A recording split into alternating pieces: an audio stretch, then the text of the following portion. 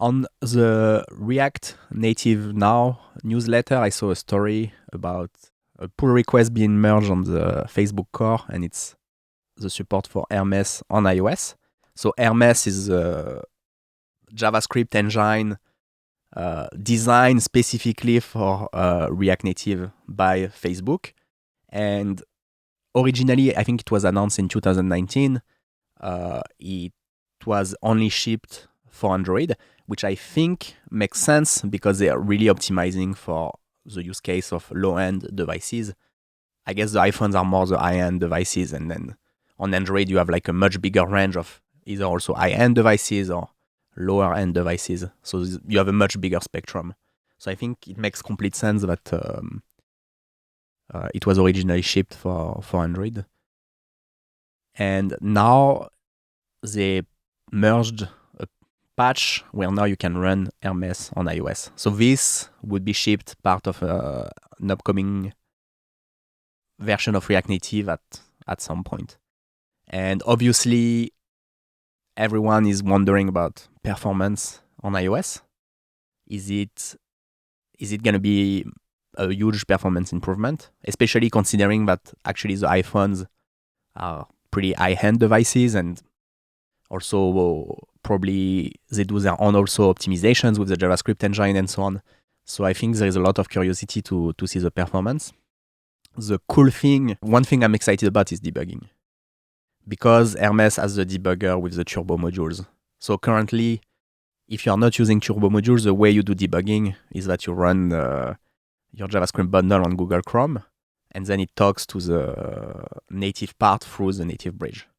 So as soon as you have turbo modules, which have the native binding, C++ binding exposed in JavaScript, you cannot use the Chrome debugger. This is why, for instance, with Reanimated 2, we don't have access to the debugger because the communication is not through the bridge, but through the C++ binding.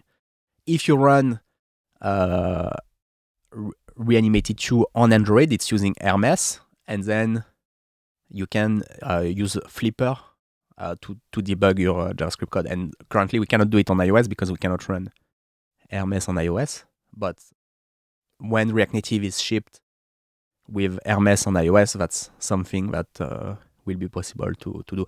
Are you using Flipper or?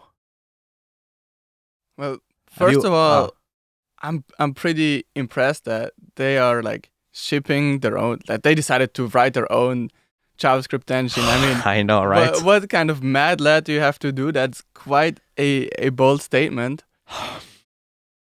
And you bring up a very good point about the debugger being unavailable.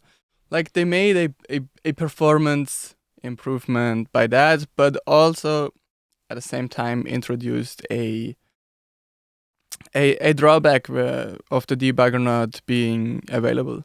So with Hermes being available also on iOS, they could again fix the thing, or like the hole that they dug themselves into. And Flipper, I used it.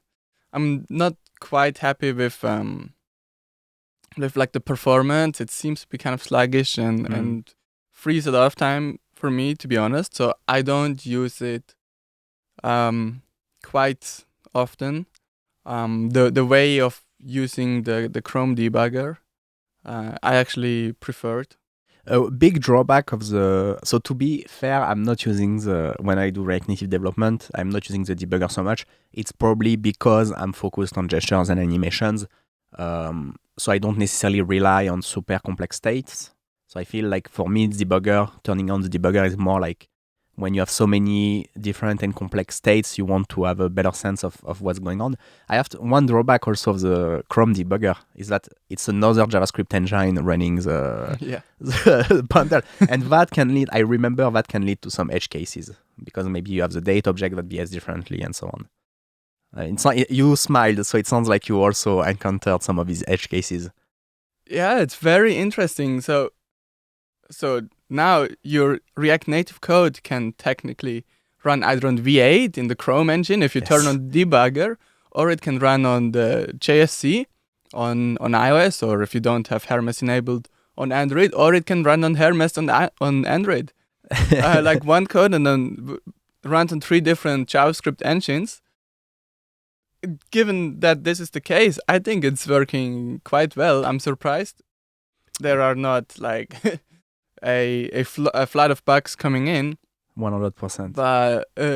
But however, there are like I see some issues where people get really confused by that. They say, "Oh wow, the Intel API, the internationalization Yes. API only works when I turn on the debugger," and then they turn it off, or like they put it in release Yes. mode and it doesn't work anymore. So you have few surprising cases like that, but It's I agree that it's fairly marginal. And also to your point previously, it's pretty amazing actually that Facebook is investing so much in React Native that they build a dedicated JavaScript engine. And so the way it works, one way, I mean, there's many strategies they use to optimize for React Native. One of them being that they parse and compile the code, the bundle beforehand. So when you're on your low-end device, it's executing a bytecode. And then there is a lot of other optimization, but that's how they claim to have better performance. And so let's see. I think everyone is super curious on iOS, but running Hermes on iOS, it doesn't necessarily need to be, like we said, for instance, the debugger, it doesn't necessarily need to be much faster than regular. It's still, I think, it can be a gain of functionality, even if it's like the same performance level. Or yeah, that's right. So if it's the same speed, then I guess Hermes still wins because it has this debugger functionality. And so we can have reanimated 2 plus debugger on iOS. That'd be nice. Yes. Be nice. Yeah, I'm not sure because like iOS is like so faster it feels than an Android. I agree. And even if I run like an iOS simulator and an Android simulator on the same hardware, like iOS on React Native is so much more responsive. Absolutely. And Apple is like really optimizing it for their hardware as well, the JSC. Like in the recent keynote, they claimed, wow, now our JavaScript is 50% faster on Apple Silicon. Yes. So they think a lot about how their software and hardware works well together. And now there's like this new unknown JavaScript engine entering the game. I'm not sure if it will actually be able to beat the JSC, but maybe it's more lean and can gain advantage over that.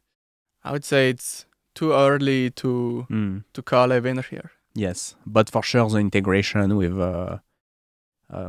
so the GSI bindings and so on, so the debugger stuff is interesting. I'm personally pretty excited about Flipper. A friend of mine showed me recently the profiling and how you can see see the bottlenecks of your app. I think it's pretty cool. So on Android we have the debugger with reanimated 2, and I'm excited about this capability.